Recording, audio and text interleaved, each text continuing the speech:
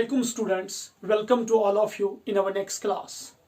Dear students, last class में हमने control breeding techniques study किए और हमने पोल्ट्री फार्मिंग को रीड किया.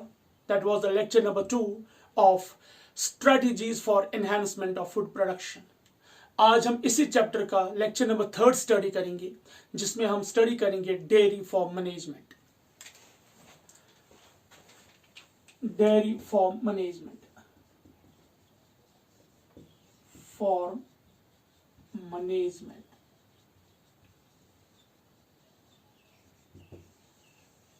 Since we are domesticating animals for economical purpose, हम एनिमल्स को पाल रहे हैं, डोमेस्टिकेट कर रहे हैं, उनको इसलिए हम पाल रहे हैं so that we can get products, food products from them. तो जो डेयरी फार्म मैनेजमेंट है ये क्या है? ये एक ऐसी टेक्निक है जिसमें हम एनिमल्स को डोमेस्टिकेट कर रहे हैं for getting the milk and milk products. तो वो एनिमल्स जिनको हम इसलिए पालेंगे, इसलिए डोमेस्टिकेट करेंगे so that we can get milk and milk products, उसे हम कहते हैं dairy farm management. So will right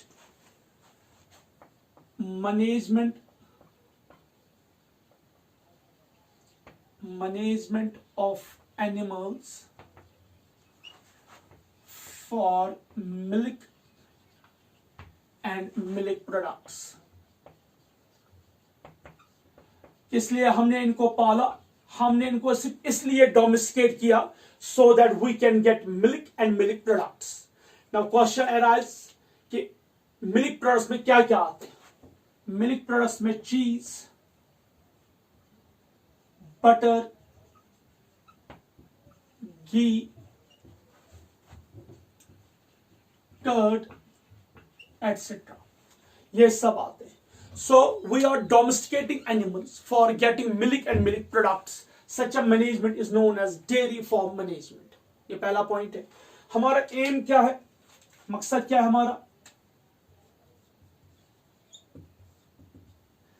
To get high yield. To get high yield of milk, to get high yield of milk and disease resistant animals. एक तो हमारा जो milk है, milk की प्रोडक्शन ज्यादा होनी चाहिए, इंक्रीज होनी चाहिए. जो हमारी टोटल प्रोडक्शन मिल्क है वो इंक्रीज होनी चाहिए. और साथ ही में जो हमारे एनिमल्स है जो ये मिल्क प्रोड्यूस करते, चाहे वो काउज हो या बुल्स हो, वो डिजीज रेजिस्टेंट होने चाहिए. They should be disease resistant. तो मैनेजमेंट कैसे हम करेंगे इनको? अगर हमें चाहिए हाई यील्ड मिल्क या डिजीज रेजिस्टेंट एनिमल्स, इसके लिए हमें क्या करना है? इनको वी हैव टू मैनेज. कैसे करेंगे? ध्यान से देखो बेटा. सबसे पहले we have to selection of disease or resistant breed. हमें एक हाई वैरायटी, हाई ब्रीड को सिलेक्ट करना है. उसके बाद प्रॉपर हाउसिंग होनी चाहिए. there should be proper housing, proper ventilation,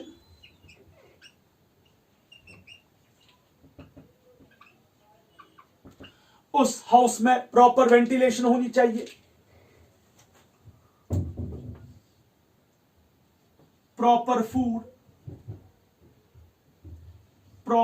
food यानी कि जब हम एनिमल्स को डोमेस्टिकेट करेंगे तो जिन एनिमल्स को हम डोमेस्टिकेट करेंगे इनके लिए हमें क्या है? इन्हें हमें हाई वैरायटी फूड देना होगा, हमें इन्हें अच्छा सा खाना देना होगा.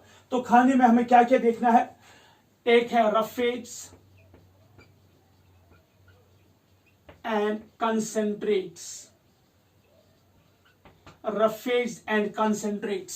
जो रफेज होते हैं ये हाई फाइबर फूड है, इनका न्यूट्रिशनल वैल्यू कम होता है, यानी कि ये ज्यादा न्यूट्रिशियस नहीं है, ये एनर्जी प्रोड्यूसिंग फूड नहीं है, बल्कि ये सिर्फ हेल्प करता है इन डाइजेशन में। दैट मीन जो रफेज हम एनिमल्स को देंगे या हम इन काउस को देंगे फॉर द मिल्क, ये सिर्फ उनका जो एलिमेंट्री कैनाल या जो उनका डाइजेशन है उससे हेल्प करेगा, रेस्ट ये इन्हें एनर्जी प्रोड्यूस नहीं करेगा। लेकिन जो कॉन्सेंट्रेट्स है इनके देने से हमें सिर्फ यह चीज होता है कि they are energy producing food, यानी कि इनमें high content of energy calorific value है। सो जो कॉन्सेंट्रेट्स है इन्हें सिर्फ इसलिए दिया जाता है so that they can produce lot of amount of energy, लेकिन रफेज जो है ये हेल्प करेंगे डाइजेशन में। ये दोनों हमें मिलकर देना है सो दैट ये एनर्जी भी इन्हें मिलेगी और साथ ही में डाइजेशन भी प्रॉपरली हो जाएगी।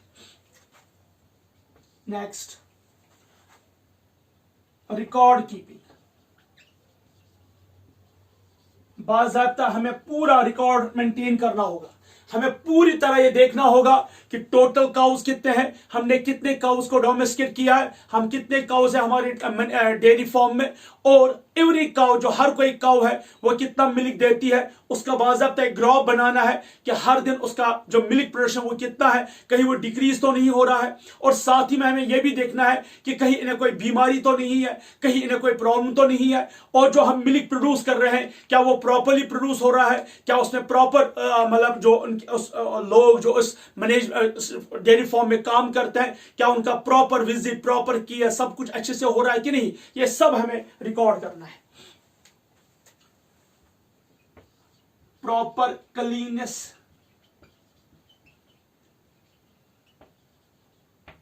एंड हाइजीन, गुड हाइजीन, यानी कि हमें एक अच्छी क्लीननेस, सफाई रखनी होगी, पूरा क्लीन रखना होगा।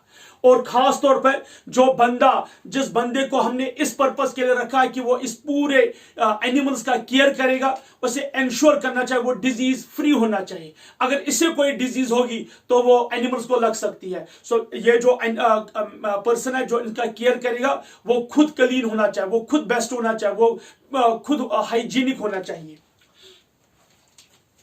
Next, proper visit of veterinary doctors, हमें बाज़ाब्ता रेगुलर चेकअप कराना चाहिए इन एनिमल्स को, किनसे, वेटेनरी डॉक्टर से। क्यों? क्योंकि हमें देखना है कहीं इन्हें कोई बीमारी तो नहीं है, क्या ये अच्छे से खाते हैं, क्या इनकी ग्रोथ अच्छे से होती है, क्या इनकी नस्ल डेवलपमेंट अच्छे से होती है, कहीं कोई वैक्सीनेशन की जरूरत नहीं है, कहीं कोई इन्हें मुहलिक बीमारी तो नहीं है जो इन्हें नुकसान पहुंचा सकती है। क्योंकि अगर कोई बीमारी होगी वो तो मिल्क के थ्रू भी पास ऑन हो सकती है लोगों को। So we have to take a good care of this animals. So बाज़ाब्ता we have to take a proper visit of veterinary doctors. ये थे कुछ पॉइंट्स जो हमें ख्याल रखना है when we go for the management of dairy farm. तो सबसे पहले what is the dairy farm management? Dairy farm management means we have to domesticate some animals for milk and milk products. हमें क्या लेना है? मिल्क और milk product जैसे चीज, बटर, घी, कर्ड एटसेट्रा। और हमारा मकसद क्या है? हमें हाई यील्ड मिल्क और डिजीज रेजिस्टेंट एनिमल्स होने चाहिए।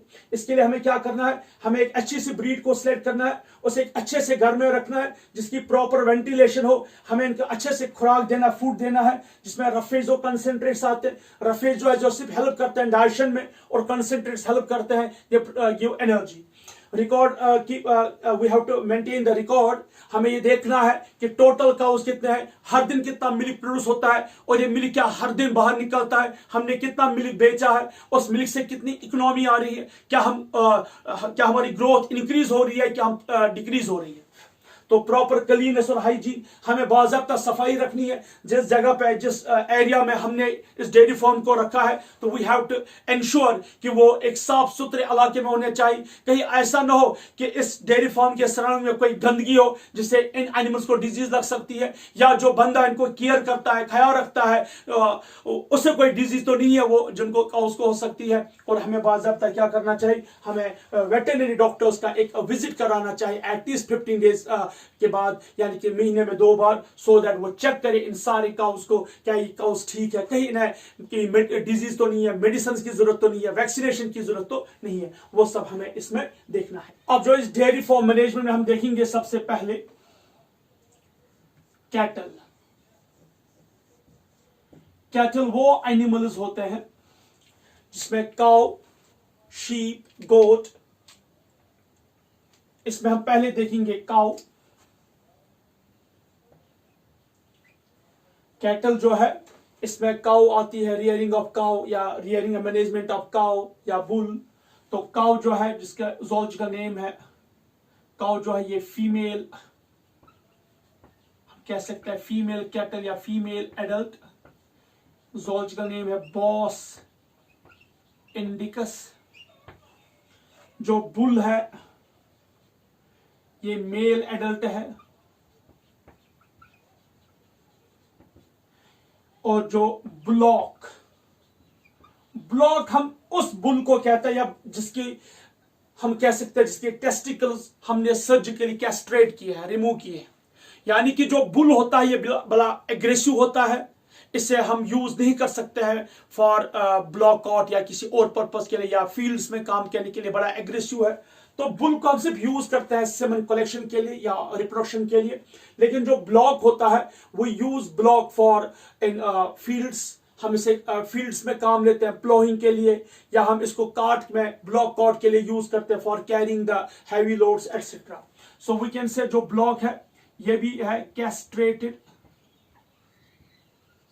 कैस्ट्रेटेड मेल है, यानी कि इसके जो टेस्टीज है उन्हें हमने सर्जिकली रिमूव किया है। ये नॉन कैस्ट्रेटेड मेल है। सो जो बुल है ये नॉन कैस्ट्रेटेड मेल है और जो ब्लॉक है ये कैस्ट्रेटेड मेल है। नाउ मकसद क्या है, हम क्यों कैटल को माने, क्योंकि जो डेयरी फॉर्म है हम कैटल को पालते हैं, कैटल को डोमेस्टिकेट करते हैं। मकसद क्या है इस काउ का, सपोज अगर हम काउ को मैनेज डोमेस्टिकेट करते हैं तो काउ को मैनेज करने के लिए या काउ को पालने के लिए मकसद ये है कि we get milk from it. तो हमें इससे क्या लेना है, मिल्क। तो क्या क्या चीजें ये प्रोवाइड करते हैं, सबसे पहले milk, meet,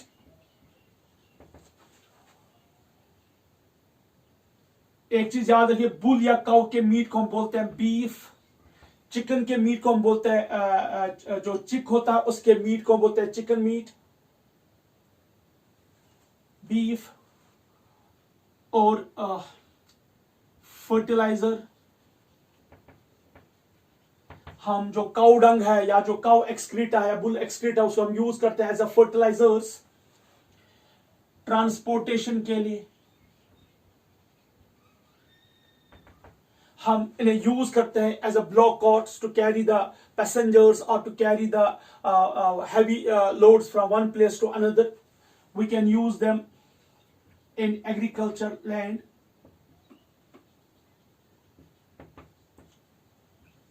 agriculture land. So जो कैटल है जिसमें काउ, बुल आते हैं या ब्लॉक आते हैं, हम उनसे मिल्क ले सकते हैं, हम उनसे मीट मिलता है। We can get fertilizers, manures, we can use them as a means of transportation और we can use them in agriculture. तो सबसे पहले याद रखिए जो कैटल है या जो काउ है, तीन तरह के ब्रीड्स है हमारे पास। एक है वो जिन्हें हम सिर्फ, जिससे सिर्फ मिल्क हम लेते हैं। सो 3 टाइप्स ऑफ कैटल, 3 तरह के कैटल्स हैं। कौन कौन से? पहला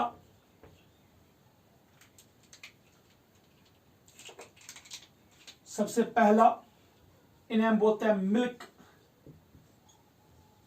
ब्रीड्स या मिल्क कैटल ब्रीड्स।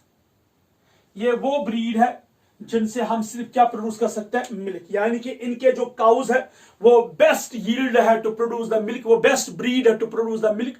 और उनके जो बुल है वो बिल्कुल वीक होता है इन द फॉर्म या in the agriculture land. So we can right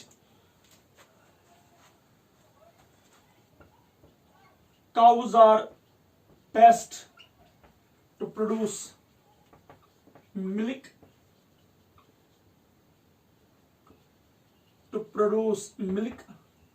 and bulls are weak in agriculture form.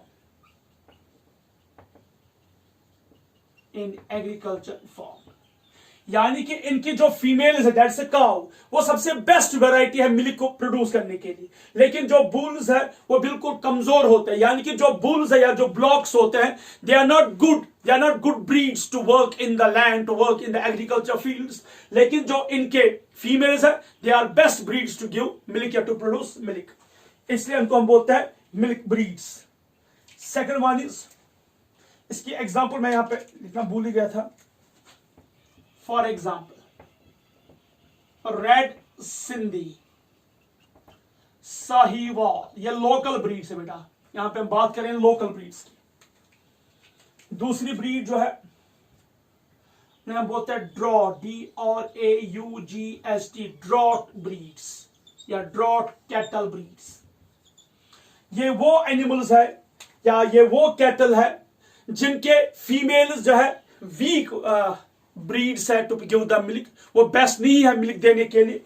लेकिन इनके जो मेल्स है वो बेस्ट ब्रीड्स है to work in the agriculture farms, draught breeds. Cows are weak in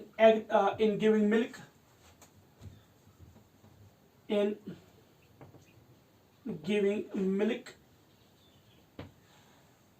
but bulls are best in agriculture fields। जो इनके bulls है वो सबसे बेस्ट है, या ब्लॉक्स जो है वो सबसे बेस्ट है एग्रीकल्चर फील्ड्स में काम करने के लिए, लेकिन जो काउज है वो सबसे वीक है। फॉर एग्जाम्पल नगेली जो है ये एक बुलॉक है जो सबसे बेस्ट है कहां पे, एग्रीकल्चर फील्ड्स में। वन मोर इज देयर, उन्हें हम कहते हैं डुअल ब्रीड्स। एक और ब्रीड है जिन्हें, एक और टाइप है ब्रीड की जिन्हें हम क्या कहते हैं, डुअल ब्रीड्स। देखिए डुअल ब्रीड्स, देखिए मिल्क ब्रीड जो है यस इनकी काउज सिर्फ बेस्ट है, बेस्ट ब्रीड है टू गिव द मिल्क, और इनके जो ब्लॉक्स है वो सबसे वीक है in working the agriculture fields. लेकिन जो ड्रॉट ब्रीड्स है उनमें जो काउज होती है वो सबसे वीक होते हैं इन गिविंग द मिल्क, और इनके जो ब्लॉक्स है वो सबसे बेस्ट होते हैं in working in agriculture fields. Now see dual breeds,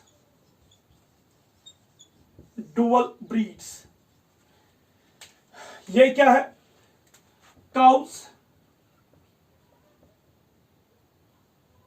cows are good in giving milk,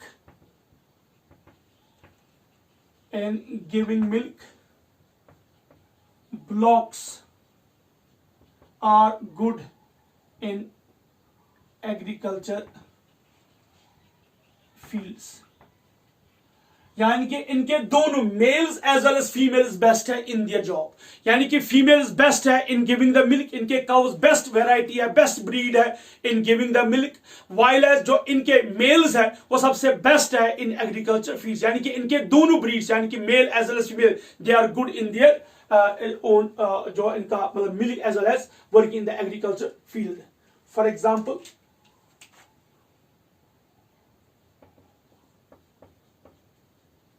Haryana Ongole, Haryana जगह का नाम भी है, लेकिन यहां पे हरियाणा जो है ये नेम है एक काऊ का जो सबसे बेस्ट मिल्क देती है, एंड अंगोल ये आंध्र प्रदेश में पाई जाती है। सो दीज आर 3 वेराइटीज या 3 breeds, types of breeds of जो हम इन जिनकी हम बात करेंगे, ये लोकल ब्रीड्स कहते हैं। वो एक है वो जो सिर्फ मिल्क कैटल ब्रीड्स है जिनके काउज बेस्ट है मिल्क देने में, लेकिन उनके मेल्स बेस्ट नहीं है इन एग्रीकल्चर फील्ड्स। जो ड्रॉट ब्रीड्स है उनके काउज जो वो बेस्ट नहीं है मिल्क देने में, लेकिन उनके जो मेल्स है they are best in agriculture fields. जो डुअल ब्रीड्स है ये मिल्क देने में भी और वर्किंग एग्रीकल्चर फील्ड में काम करने में दोनों बेस्ट है, यानी कि cows they are best in giving milk while as blocks are best in working the agriculture fields। तो ये थे, हम इन्हें कहते हैं लोकल ब्रीड्स। ये कैटल के वो ब्रीड्स है जो इंडिया में पाया जाता है, ये फॉरेन ब्रीड ही, ये लोकल ब्रीड है, या हमारे स्टेट्स में या हमारे कंट्री में पाए जाते हैं। अब हम वो ब्रीड्स देखेंगे जो हमारे अपने नहीं है बल्कि बाहर से है, दे आर एक्सोटिक ब्रीड्स, यानी कि कैटल के हम वो ब्रीड्स देखेंगे जो इंडियन नहीं है बल्कि एक्सोटिक ब्रीड्स है। नाउ स्टूडेंट्स, ये तो हमने देखे लोकल ब्रीड्स, अब हम देखेंगे एक्सोटिक ब्रीड्स। एक्सोटिक ब्रीड्स यानी कि कैटल के हम देखेंगे या काउ के हम देखेंगे एक्सोटिक ब्रीड्स, या जिन्हें हम कहते हैं फॉरेन ब्रीड्स। फॉरेन ब्रीड्स ये किनके हम देखेंगे, ये हम कैटल के एक्सोटिक ब्रीड्स जो इंडिया के बाहर पाए जाते हैं। तो इसमें क्या क्या है ध्यान से देखिए। एक है आयरशायर, आयरशायर, ये स्कॉटलैंड में पाई जाती है, स्कॉटलैंड में पाई जाती है। एक और है जिसे हम बोलते हैं ब्राउन स्विस, ब्राउन स्विस, ये स्विट्जरलैंड में पाई जाती है, स्विट्जरलैंड में पाई जाती है ब्राउन स्विस। एक और ऐसे बोलते हैं हॉलस्टीन, हॉलस्टीन फ्रीजल, ये पाई जाती है हॉलैंड में, इसे हॉलस्टीन फ्राइज भी बोलते हैं, ये हॉलैंड में पाई जाती है। एक और है जिसे हम कहते हैं जर्सी, ये तो सबसे कॉमन ब्रीड ये है जो हमारे यहाँ कश्मीर में पाई जाती है, जर्सी, ये इंग्लैंड की ब्रीड है। तो दीज आर 4 ब्रीड्स जो एक्सोटिक ब्रीड्स है, जो फॉरेन ब्रीड्स है कैटल के, जो पाए जाते हैं कहां पे, बाहर के मुल्कों में, जैसे आयरशायर स्कॉटलैंड में, ब्राउन स्विस स्विट्जरलैंड में, हॉलस्टीन हॉलैंड में और जर्सी इंग्लैंड में। यहां एक पॉइंट याद रखिए बेटा, जो हॉलस्टीन है ये बेस्ट ब्रीड है in world, best breed in world in giving milk, यानी कि मिल्क की सबसे बेस्ट ब्रीड हॉलस्टीन है। ये ऑलमोस्ट दिन में 45 to 50 kg मिल्क देती है। सो ये क्वेश्चन पूछा जाता है which breed is best in giving milk, and that is Holstein breed. ये एक्सोटिक ब्रीड थी। ये जो एक्सोटिक ब्रीड्स है ड्यू टू सम रीजंस या किसी और रीजन की वजह से, ये या एनवायरमेंटल की वजह से या हैबिटेट की वजह से ये यहाँ पे इजीली अडॉप्ट नहीं होते हैं, तो हमने इन्हें क्रॉस किया, यानी कि इन फॉरेन ब्रीड्स को हमने लोकल ब्रीड्स के साथ क्रॉस किया, तो इसे हम बोलते हैं क्रॉस ब्रीडिंग भी, जो हमने पढ़ा है। तो अब हम लेंगे वो ब्रीड्स जिन्हें हम बोलते हैं क्रॉस ब्रीड्स। क्रॉस ब्रीड्स में हमने क्या किया, हमने क्रॉस किया लोकल काउ को विथ फॉरेन बुल या लोकल बुल को विथ फॉरेन काउ के साथ। तो ध्यान से देखिए इसमें क्या क्या एग्जांपल्स आते हैं। सबसे पहला उसे हम कहते हैं कारण स्विस। कारण स्विस एक ब्रीड है जो क्रॉस ब्रीड है। यह किस चीज की बनी है, या मतलब ये किसकी ब्रीडिंग से बनी है। एक है जिसे हम कहते हैं साहीवाल। साहीवाल जो है ये लोकल ब्रीड है, आपको पता ही है साहीवाल जो है ये मिल्क ब्रीड है, इसका जो मिल्क है यील्ड लोकल के हिसाब से सबसे ज्यादा है। इसे हमने क्रॉस किया किसके साथ, ब्राउन स्विस के साथ, ब्राउन स्विस के साथ, ठीक है। इसे हम कहते हैं कारण स्विस। एक और है उसे हम कहते हैं कारण, कारण चूंकि इंडियन नेम है, कारण अर्जुन आपने नाम सुना होगा, कारण फ्राइज। कारण फ्राइज, इसमें थर पकर, थर पकर ये भी लोकल ब्रीड है। इसे हमने हॉलस्टीन, हॉलस्टीन फ्राइज के साथ क्रॉस किया, ठीक है। एक और है इसे हम कहते हैं फ्राइज वॉल। फ्राइज वॉल क्या है, ये तो एक हॉलस्टीन, हॉलस्टीन फ्राइज। हमने हॉलस्टीन फ्राइज को किसके साथ क्रॉस किया, साहीवाल के साथ। ध्यान से देखिए बेटा, कारण स्विस जो है साहीवाल प्लस ब्राउन स्विस, कारण फ्राइज जो है थरपकर प्लस हॉलस्टीन फ्राइज के साथ ब्रीड किया। फ्राइज वॉल जो है इसको हमने क्रॉस किया किसके साथ, हॉलस्टीन फ्राइज और साहीवाल। एक और है इसे हम कहते हैं सुनिंदनी।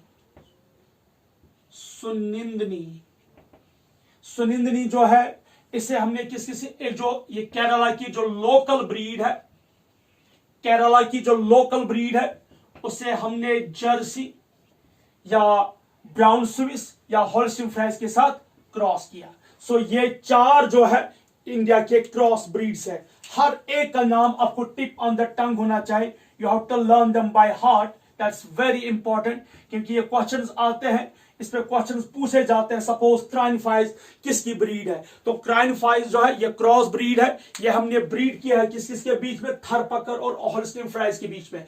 कारण स्विस जो ब्रीड है हमने सहीवाल और ब्राउन स्विस के बीच में क्रॉस किया है। फ्राइज वाल जो है होल्स्टीन और सहीवाल के बीच में हमने क्रॉस किया है। इस तरह सुनिंदी जो है ये केरला की लोकल ब्रीड को हमने जर्सी के साथ क्रॉस करके ये ब्रीड प्रोड्यूस की है।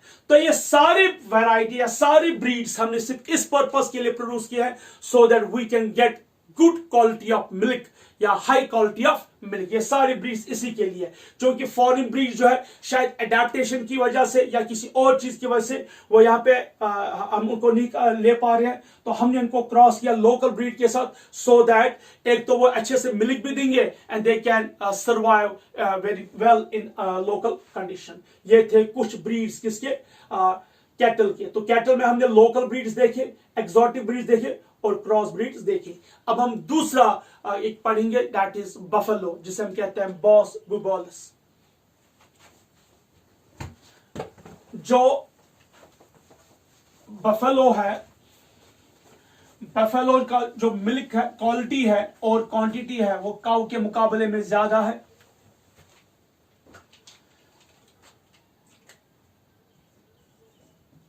बफेलो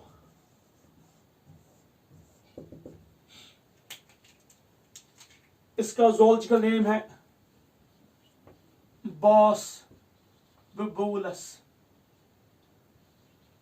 बॉस बुबोलस, जैसे कभी बुबेलस बुबेलस भी बोलते हैं। जो बफेलो है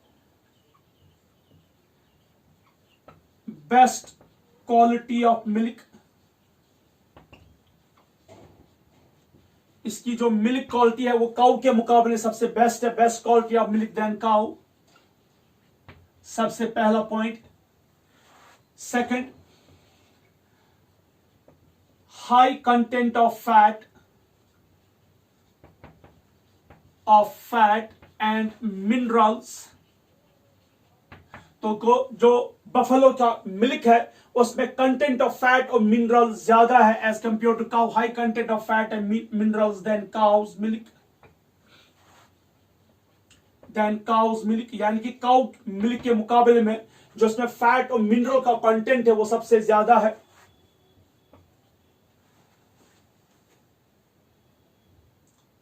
the longevity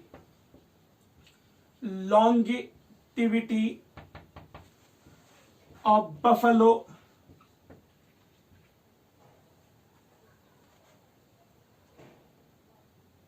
the longevity of buffalo is more than cow.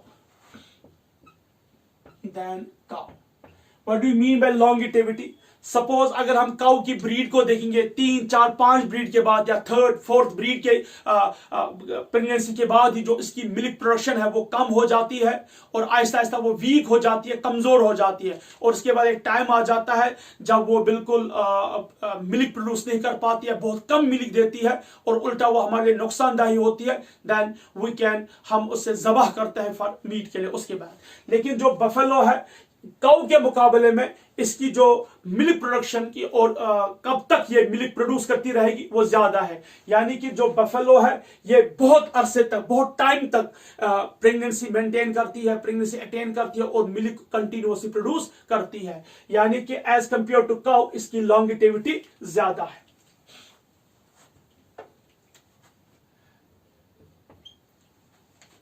जो बफेलो का मिल्क है ये उतना ज्यादा डाइजेस्टेबल नहीं है जितना काउस का मिल्क है। यानी कि एक पॉइंट याद रखना कि जो बफेलो का मिल्क है उसमें हाई कंटेंट ऑफ फैट और क्या है, high content of fat and iron, जिसकी वजह से वो इजीली डाइजेस्टेबल नहीं है। तो हम ये कह सकते हैं cows milk is more digestible than the milk of buffalo. Than the milk of buffalo. तो बफेलो की जो मिल्क है वो बिल्कुल हैवी होता है स्टोमक के लिए, उसे डाइजेस्ट करने में थोड़ा टाइम लगता है, स्टोमक को उसको डाइजेस्ट करने में टाइम लगता है as compare to cow's milk. 7 breeds है बफेलो के, 7 ब्रीड्स है, लाइक नीली रावी, सूरती, जैसे कि नीली रावी, सूरती, मुर्रा, मुर्रा एटसेट्रा। ये था बफेलो। नेक्स्ट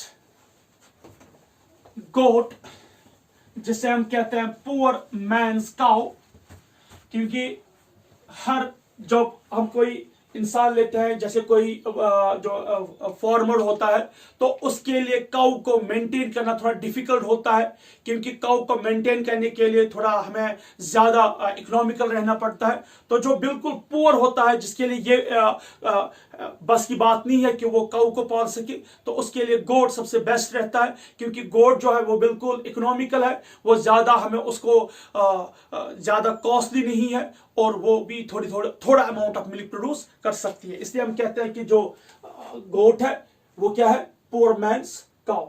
तो गोट,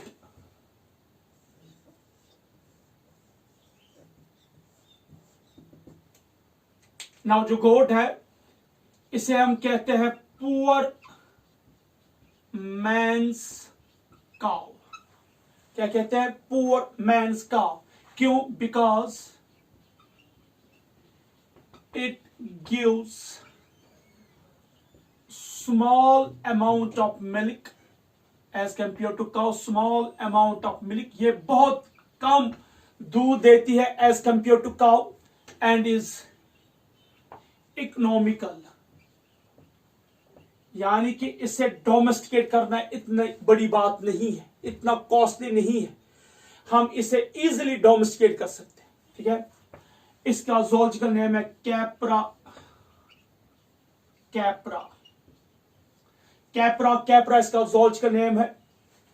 इसका जो वाइल्ड गोट है, वाइल्ड गोट, उसका ज़ूलॉजिकल नेम है कैप्रा हिरकस। इसे हम किस लिए डोमेस्टिकेट करते हैं, किस लिए पालते हैं? फॉर मिल्क, मिल्क के लिए, मीट के लिए, एंड वूल के लिए। इसके मीट को हम बोलते हैं मटन, और इसका जो वूल है, सबसे बेस्ट वैरायटी का वूल जो आपने सुना होगा, पश्मीना, पश्मीना वूल, कश्मीरी गोट से प्रोड्यूस किया जाता है। ये दुनिया का, वर्ल्ड का सबसे बेस्ट जो है पश्मीना, जो शॉल है वो बनता है इसी वूल से। तो कश्मीरी गोट जो है सबसे बेस्ट यूज किया जाता है पश्मीना शॉल के लिए, या पश्मीना जो वूल है। एक और है अंगूरा वूल, ये यहीं पे है, वो इसके साथ तो रिलेट नहीं है गोट के साथ, लेकिन यहां पे अंगूरा वूल, वो हम रैबिट से लेते हैं। एक और वूल ऐसे बोलते हैं शहतूश,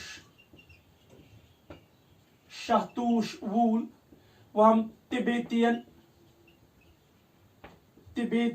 एंटीलोप से प्रोड्यूस करते हैं। तो यहां पे ये इंपॉर्टेंट है, इस पे क्वेश्चंस पूछे जाते हैं कि पश्मीना वूल जो है किससे मिलता है? ये कश्मीरी गोट से प्रोड्यूस होता है, अंगूरा वूल जो है रैबिट से प्रोड्यूस होता है, और शहतूश वूल जो है तिबेटियन एंटीलोप से प्रोड्यूस करते हैं। गोट की जो ब्रीड्स है उसमें आते हैं बीटल, बीटल, गद्दी, जमनापुरी, जमनापुरी, ये कुछ ब्रीड्स है किनके? गोट के। उसके बाद हम लेंगे शीप,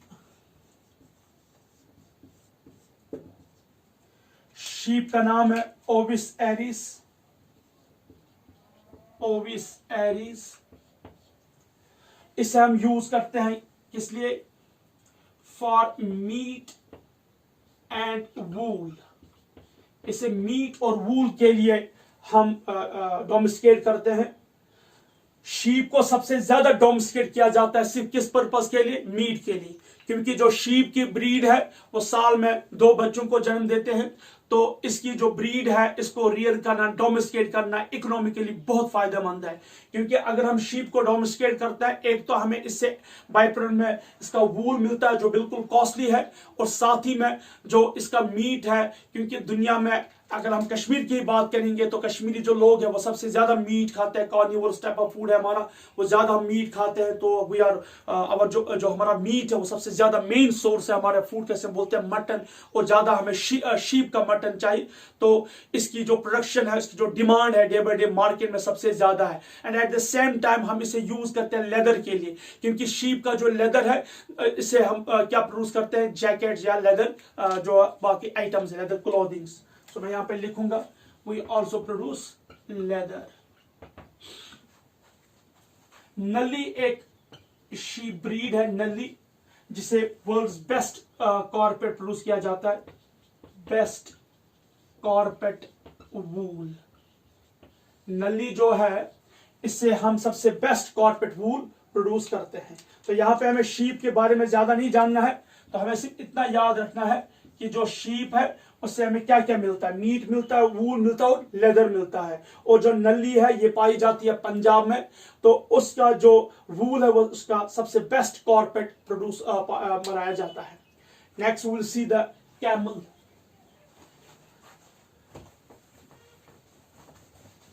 कैमल हम देखेंगे, जो से हम कहते हैं ship of desert.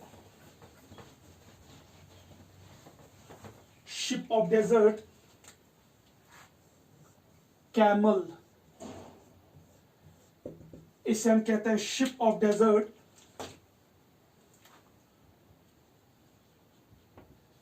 Ship of desert, ये तो हमने बचपन से ही पढ़ा है। क्यों? बिकॉज क्यों कहते हैं इसे हम शिप ऑफ डेजर्ट? देखो बेटा, जो कैमल है इसके जो स्ट्रक्चर है फीट का, वो सैंड में घुस नहीं जाते हैं। सपोज उसके जो फैट का, उसके जो पैरों का स्ट्रक्चर है वो सैंड के ही अकॉर्डिंग है कि वो उसमें चलने के लिए उसको आसानी होती है, इजी हो जाती है। और एट द सेम टाइम उसके बैक पे जो हम्प पाया जाता है उसमें स्टोर रहता है बहुत ज्यादा फैट एंड वाटर।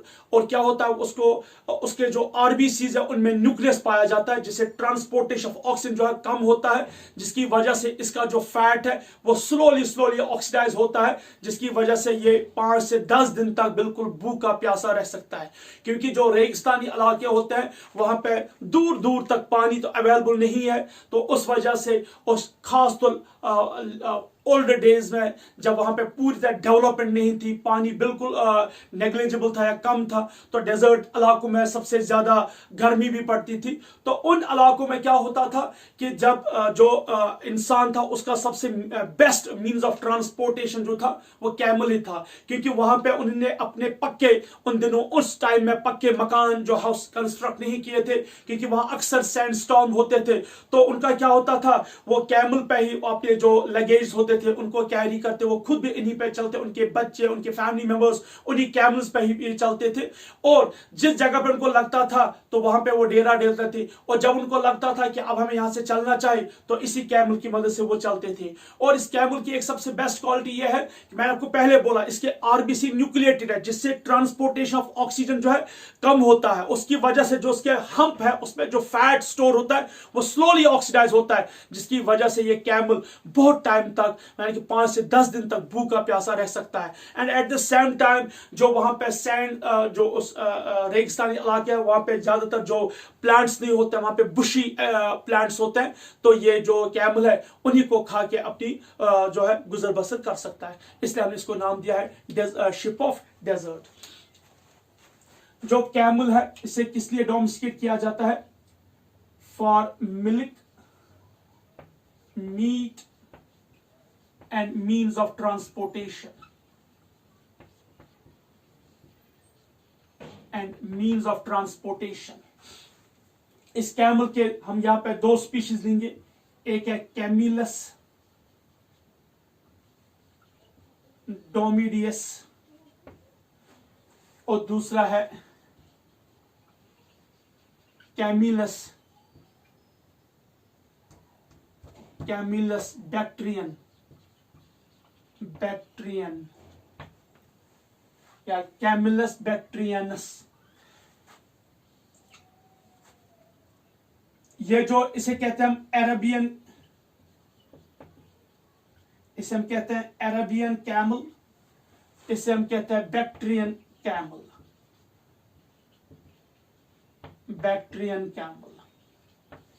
जो अरेबियन कैमल है इसमें एक ही हम्प पाया जाता है, ओनली सिंगल हम्प। जो अरेबियन कैमल है एक सिंगल हम्प है, और जो बैक्ट्रियन कैमल है इसमें 2 हम्प पाए जाते हैं। ये ज्यादातर अरेबियन रीजन्स में पाया जाता है, और ये ज्यादातर कोल्ड रीजन में पाया जाता है, लाइक लद्दाख एटसेट्रा। सो कैमल से हम बोलते हैं शिप ऑफ डेजर्ट। क्यों हम इसे बोलते हैं ship of desert? Because can survive without food and water for 10 days, यानी कि 10 दिन तक खाने के बगैर ये जिंदा रह सकता है। कहां पे? इस डेजर्ट रीजन्स में। इस कैमल को हम किस लिए डोमेस्टिकेट करते हैं? मिल्क के लिए, मीट के लिए, ट्रांसपोर्टेशन के लिए। इसके 2 स्पीशीज है, कैमिलस डोमिडियस एंड कैमिलस बैक्ट्रियनस। कैमिलस डोमिडियस को हम बोलते हैं अरेबियन कैमल, और कैमिलस बैक्ट्रियनस को हम बोलते हैं बैक्ट्रियन कैमल। जो अरेबियन कैमल है इसमें एक ही हम्प है, और ये अरेबियन रीजन में पाया जाता है। जो बैक्ट्रियन कैमल है इसमें 2 हम्प है, ये ज्यादातर कोल्ड रीजन में पाया जाता है, जैसे लद्दाख एटसेट्रा। नाउ स्टूडेंट्स, कुछ डिजीज हम देखेंगे। डिजीज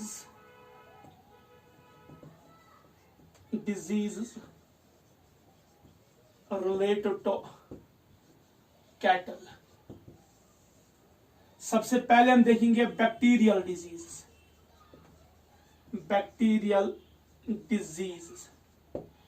कैटल को जो डिजीज बैक्टीरिया की वजह से होते हैं, जैसे कि इसमें बहुत सारे डिजीज है, वो डिजीज जो आपकी टेक्स्ट बुक ने मेंशन किया था हम वही देखेंगे। एक है एंथ्रैक्स,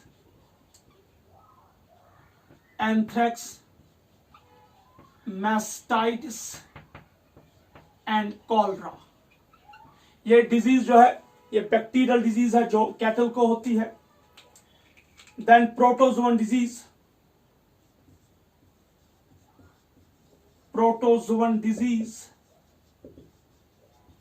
इसमें एक डिजीज है जो होती है ट्रिपनोसोमा इवांसी की वजह से, जो अक्सर कैमल को होती है, दैट इज सुरा डिजीज। कैमल में ज्यादा होती है।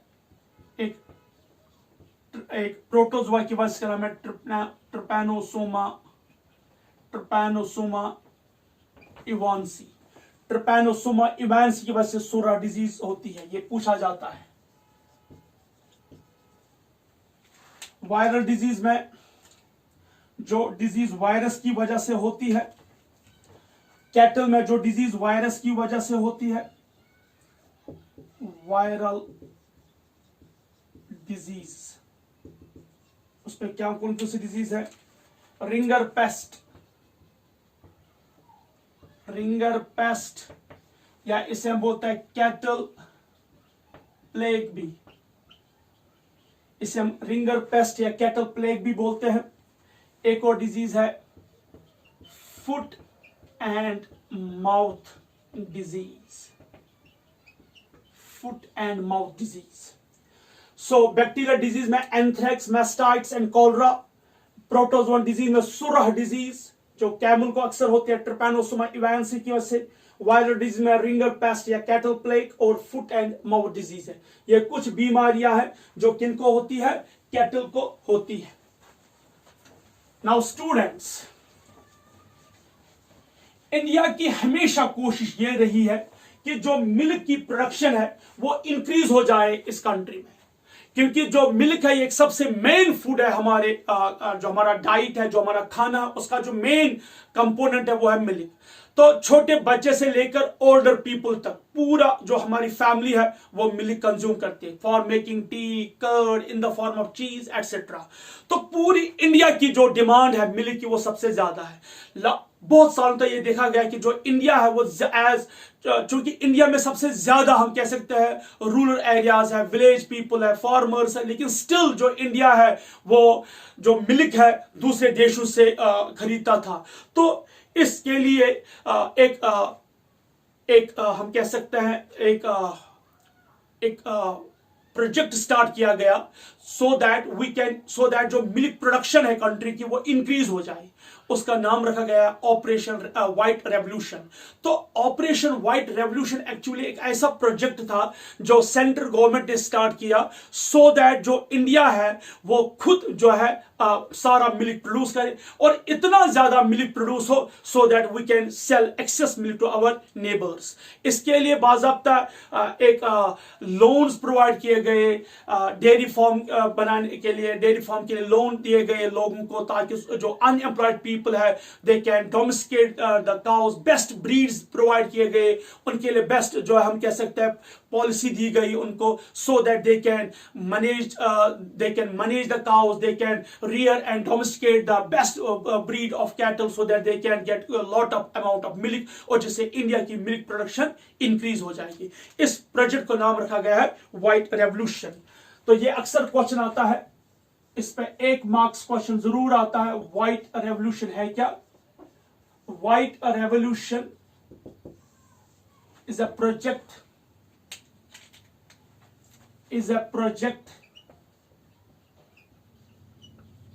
launched by central government to increase the milk production so that milk production जो है इंक्रीज हो जाएगी। ठीक है, ये एक ऐसा प्रोजेक्ट है जो सेंट्रल गवर्नमेंट ने स्टार्ट किया सो दैट जो मिल्क प्रोडक्शन है वो इंक्रीज हो जाए।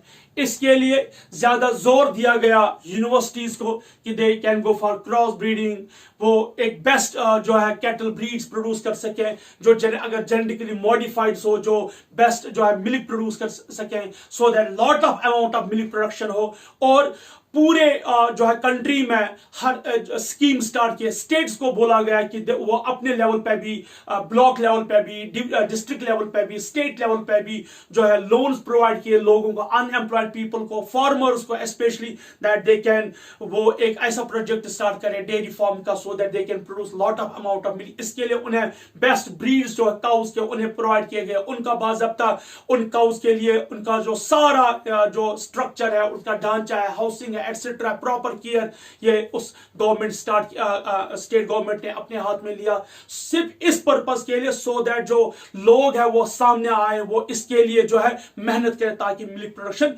इंक्रीज हो जाए। जो फादर ऑफ व्हाइट रेवोल्यूशन जो है, व्हाइट रेवोल्यूशन जो है वो है doctor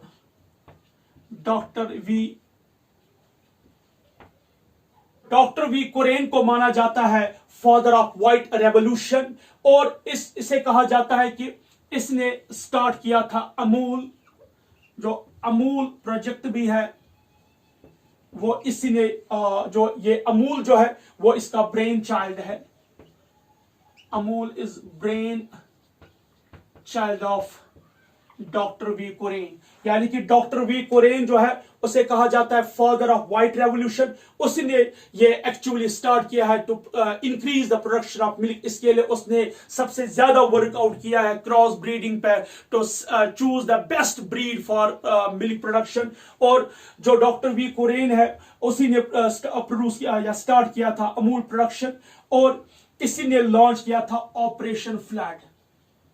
operation flood doctor V Kurien का कॉन्सेप्ट था ऑपरेशन फ्लड का। उसने कहा था व्हाट इज ऑपरेशन फ्लड, वो नहीं है कि सैलाब आ जाए। इसने एक्चुअली कहा था कि हम इतना ज्यादा मिल्क प्रोड्यूस करेंगे कि इंडिया में मिल्क का सैलाब आ जाए। तो इसके लिए इसने बहुत सारे सेंट्रल गवर्नमेंट को बहुत सारी स्कीम्स के बारे में बोला, बहुत सारे टेक्निक्स के बारे में बोला। इसने बहुत सारे टेक्निक्स, इसने बहुत सारे यूनिवर्सिटी के डॉक्टर्स को, जो हम कैसे वेटरनरी साइंटिस्ट को ये कहा कि किस तरह हम क्रॉस ब्रीडिंग करेंगे, किस तरह मिल्क प्रोडक्शन जो है इंक्रीज करेंगे। तो ये अक्सर पूछा जाता है कि what is white revolution. White revolution is a project launched by the central government to increase the milk production. What is Amul? Amul is a brain child of doctor V Kurien, जिसे कहा जाता है फादर ऑफ व्हाइट रेवोल्यूशन। और जो operation flood है, what is operation flood? Operation flood जो है ये एक्चुअली एक प्रोजेक्ट है to increase the milk production, यानी कि फ्लड्स ऑफ मिल्क प्रोड्यूस किया जाए। और इसका आर्किटेक्ट जो है वो है डॉक्टर वी कोरेन, यानी कि जो इसका आर्किटेक्ट है, आर्किटेक्ट इसका जो डिजाइनर है वो है doctor V Kurien. So by this we have completed today's lecture. आज के टॉपिक में हमने डेयरी फार्म मैनेजमेंट पढ़ा, जिसमें हमने देखा कि हमें जो मिल्क और मिल्क प्रोडक्ट्स का है वो हम कैसे उस फॉर्म को हम कैसे मैनेज करें, उसके लिए जो एनिमल्स है किस तरह, किन एनिमल्स को हम सिलेक्ट करेंगे और किस तरह हम उनको डोमेस्टिकेट करेंगे। इसमें हमने देखा कि बाज़ाब्ता वो टेक्निक्स जो हमें अप्लाई करने होंगे फॉर डेयरी फार्म मैनेजमेंट के लिए। जैसे हमने देखा इसमें हमें पहले बेस्ट ब्रीड को सिलेक्ट करना है। बेस्ट ब्रीड को सिलेक्ट करने के बाद हमें इसके लिए प्रॉपर हाउस देना, प्रॉपर हाउसिंग देनी है, proper ventilation, proper water, proper food. उस फूड में रफेज और कंसंट्रेट्स होने चाहिए, प्रॉपर रिकॉर्ड कीपिंग, हमें क्लीननेस और हाइजीन मेंटेन रखना होगा। हमें बाज़ाब्ता इसको वेटरनरी डॉक्टर्स का चेकअप भी कराना होगा, कहीं कोई डिजीज तो नहीं है, उसके लिए बाज़ाब्ता प्रॉपर वैक्सीनेशन भी कराना है। उसके बाद हमने पढ़ा पहले काऊ के बारे में, हमने काऊ की लोकल ब्रीड्स, एक्सोटिक ब्रीड्स और क्रॉस ब्रीड्स पढ़े। उसके बाद हमने बफेलो देखा, बफेलो पढ़ा। बफेलो में हमने पढ़ा कि किस तरह बफेलो जो बेस्ट मिल्क प्रोड्यूस करता है एज कम्पेयर टू काउ। उसके मिल्क में सबसे हाई कंटेंट फैट और मिनरल्स है, और उसका जो मिल्क है वो ज्यादा डाइजेस्टेबल नहीं है, और वो थ्री टाइम्स मिल्क प्रोड्यूस करता है ज्यादा as compare to the cow. और बफेलो के हमने 7 ब्रीड्स देखे। उसके बाद हमने पढ़ा गोट, जिसे हम कहते हैं पुअर मैन्स काउ। उसके बाद हमने शीप पढ़ा, जो हम मटन और वूल के लिए डोमेस्टिकेट करते हैं। And then we study about the ship. 2 तरह के शिप स्पीशीज पढ़े, शिप के दो कैमल, हमने कैमल्स पढ़े, हम कहते हैं शिप ऑफ डेजर्ट। कैमल के हमने 2 स्पीशीज पढ़े, एक है कैमिलस ड्रोमिडियस और दूसरा है कैमिलस बैक्ट्रियंस। तो जो बैक्ट्रियन कैमल है वो पाया जाता है कोल्डर रीजन जैसे लद्दाख, और जो कैमिलस ड्रोमिडियस है ये पाया जाता है अरेबियन रीजन में, अरेबियन डेजर्ट रीजन से बोलते हैं अरेबियन कैमल। इसमें अरेबियन कैमल में एक ही हम पाया जाता है और बैक्ट्रियन कैमल में 2 हम पाए जाते हैं। और लास्ट में हमने ये पढ़ा कि what is white revolution and who is the father of white revolution, what is operation flood. By this we have completed today's topic, that was dairy farm management. Next class में हम एक और topic regarding the strategies for enhancement of food production study करेंगे. Till then, happy learning and have a good day. Assalamu alaikum wa rahmatullahi wa barakatuh.